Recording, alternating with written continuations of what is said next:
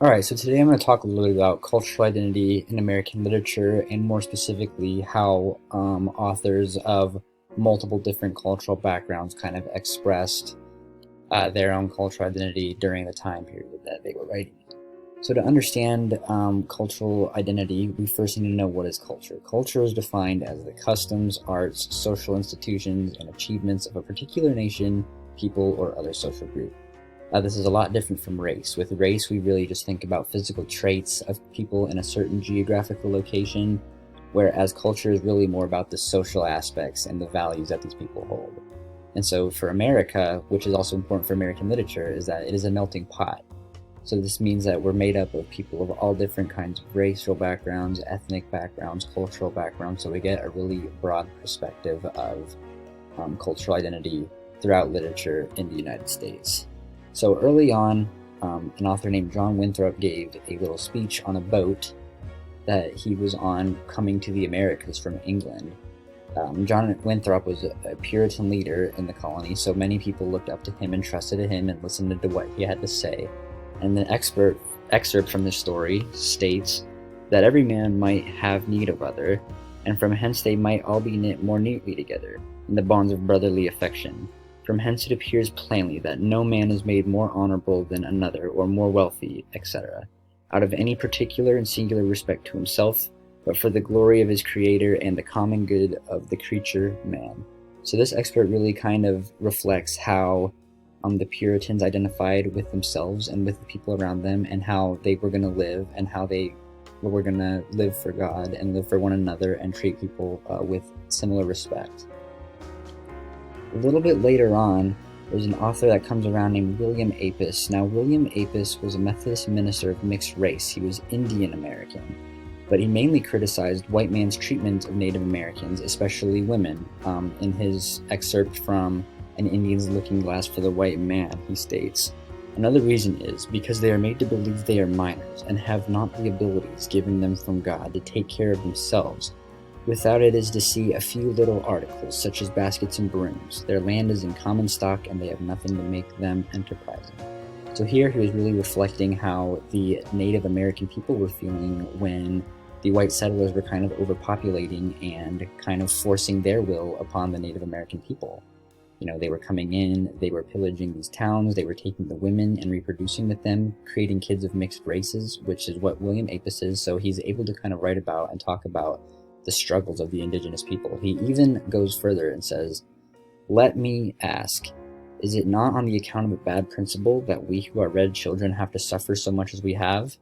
So here he really kind of highlights, the way that they were being treated and the difficulties that they were facing during this time. Several years later, we see a very famous African-American abolitionist named Frederick Douglass, and he has a story called "What to the Slave is the 4th of July." Now, this is actually an excerpt from a speech that he gave in 1845. And an excerpt from that speech says, "Fellow citizens, above your national tumultuous joy, I hear the wail of millions, whose chains, heavy and grievous yesterday, are today rendered more intolerable by the jubilant shouts that reach them." He also later says, "For the present it is enough to affirm the equal manhood of the Negro race."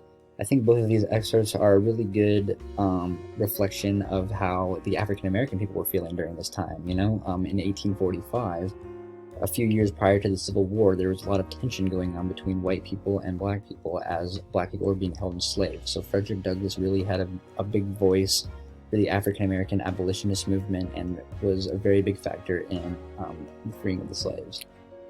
A few decades later, we see an author named Zora Neale Hurston. Now, she was a female African-American author, which was very rare during this time, and a lot of her stories highlighted the racial struggles in America.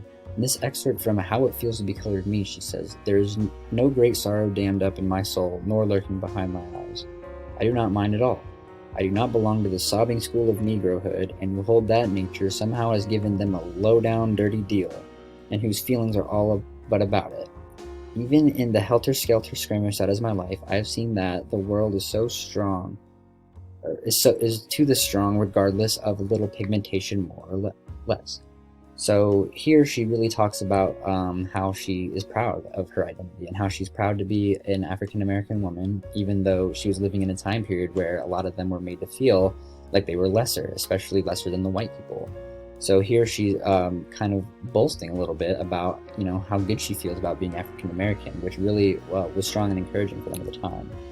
Lastly, an author we read was Jhumpa Lahiri, and she wrote a story called The Third and Final Continent. Now, Jhumpa Lahiri was an American writer with an Indian background, and she also lived in London, so she definitely had a wide global experience in her life and kind of identifies with multiple cultures. And in Third and Final Continent, the excerpt, it says, "I have never lived in the home of a person who was not Indian.